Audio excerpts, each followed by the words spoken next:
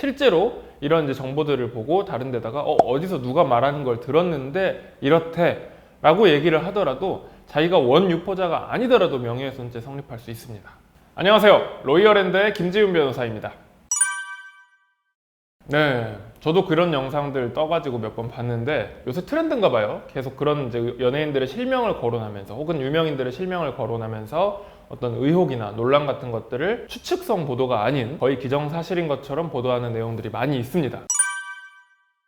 그런데 이게 이제 실제로 사실이든 사실이 아니든 간에 처벌이 될 수 있다는 게 문제입니다. 만약에 허위사실인 경우에는 허위사실로 인한 명예훼손, 그러니까 정보통신망법에서 규정한 허위사실 명예훼손죄로 처벌받게 되고, 그리고 사실이라고 하더라도 그 내용에 따라서는 사실적시에 의한 명예훼손으로 처벌받을 수 있습니다.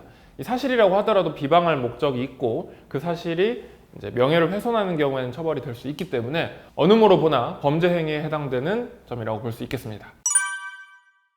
네, 형량은 일반 형법에서는 뭐 사실적시 경우에는 이제 뭐 최대 2년, 그리고 이제 허위사실적시의 경우에는 5년 뭐 이런 식으로 규정이 돼 있는데, 사이버에서는 좀 더 형량이 셉니다. 그래서 정보통신망법 위반죄로 사실적시의 경우에는 뭐 한 3년, 그리고 허위사실적시의 경우에는 최대 7년까지 징역형을 선고받을 수 있습니다.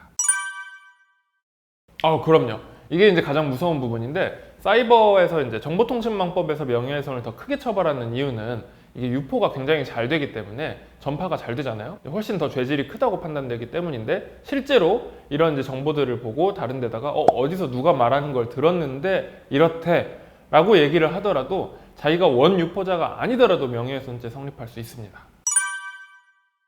이게 문제는 그 유튜브는 해외 계정이기 때문에 만약에 유튜버를 처벌을 하려고 싶어 하더라도 우리 이제 수사기관에서 압수수색 영장을 받아서 유튜브에다가 이제 이 사람 신원을 내놓아라. 그런데 만약에 유튜브 본사에서 이 정보를 주지 않으면 IP 추적이 어려울 수가 있습니다. 하지만 간혹 유튜버들도 처벌을 받는 일들이 꽤 있습니다. 실제로 그런 사례들이 굉장히 많은데, 사안이 중대할 경우에 본사에서 수사기관에 협조를 하는 일도 있고, 그리고 유튜버들이 작성한 영상들의 뭐 신상이 드러나는 정보들을 바탕으로 추적을 한다든지, 이게 잡히기만 하면 크게 처벌을 받고 심지어는 실형을 받고 구속되는 경우들도 있으니까 조심하셔야겠습니다. 저도 이제 이 영상들 보면 흥미롭다는 점은 부인할 수 없는 사실인데요. 그렇다고 해도 가짜뉴스가 판치는 세상이기 때문에 너무나 여기에 맹신하고 근거 없이 믿어서는 안 되겠습니다. 그리고 가장 중요한 것은 이렇게 알게 된 거짓 혹은 사실이라고 하더라도 이런 정보들을 인터넷상으로 혹은 오프라인상에서 퍼나르다 보면 본인이 처벌받을 수 있습니다. 더 중요한 건 이 영상을 업로드한 사람은 만약에 추적이 안 되면 처벌이 안 되는데, 괜히 이걸 유포하는 사람들만 덤탱이를 쓸 수가 있으니까